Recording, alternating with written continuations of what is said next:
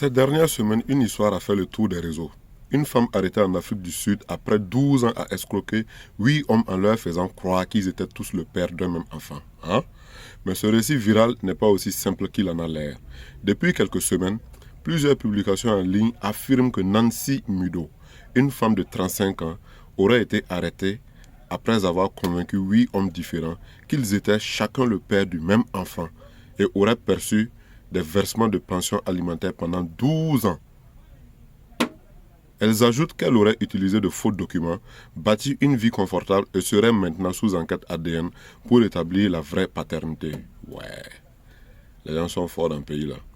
Selon des vérifications factuelles récentes, il n'existe aucun rapport crédible ou source officielle confirmant qu'une telle affaire, telle qu'elle est décrite, 8 hommes, 12 ans de paiement, usage de faux documents, a réellement eu lieu ou qu'une femme a été arrêtée à ce titre en Afrique du Sud.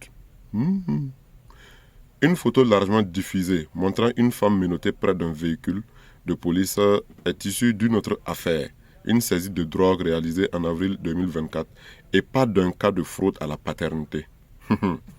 Ce type de publication virale est typique de contenu exagéré ou transformé en clickbait, souvent partagé avec peu ou pas de vérification et repris à grande échelle. Internet aime bien les histoires surprenantes et choquantes, même quand elles ne sont pas vérifiées. C'est ça qui provoque les réactions. Ah ben oui.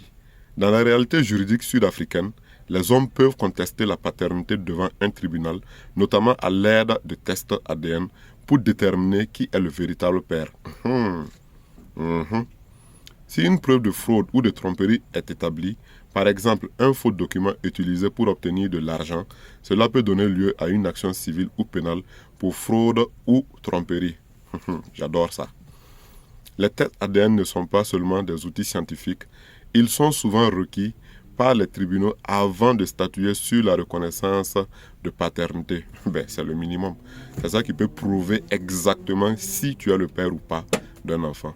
L'affaire a provoqué un débat sur les contrôles juridiques autour des pensions alimentaires, sur l'importance de vérifier la paternité scientifique plutôt que de se fier à des présomptions, sur la facilité avec laquelle des histoires sensationnelles se diffusent en ligne, vraies ou non. Qui même aime ce qui est vrai? Ah, est-ce que ça crée des réactions? Aujourd'hui, il n'existe aucune confirmation officielle d'une femme arrêtée pour avoir escroqué 8 hommes sur 12 ans, ce qui nous montre à quel point des rumeurs peuvent se transformer en faits sur Internet, simplement parce qu'elles sont choquantes ou émotionnelles.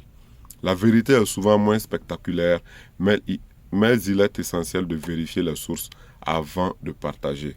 C'est le minimum. On se rappelle du fait divers tout récemment de l'institutrice qui aurait, soi-disant, couché avec son élève, avec les vidéos fuitées qui étaient extraits de sites pour adultes. C'est pas simple de vivre sur Internet. C'est pas simple.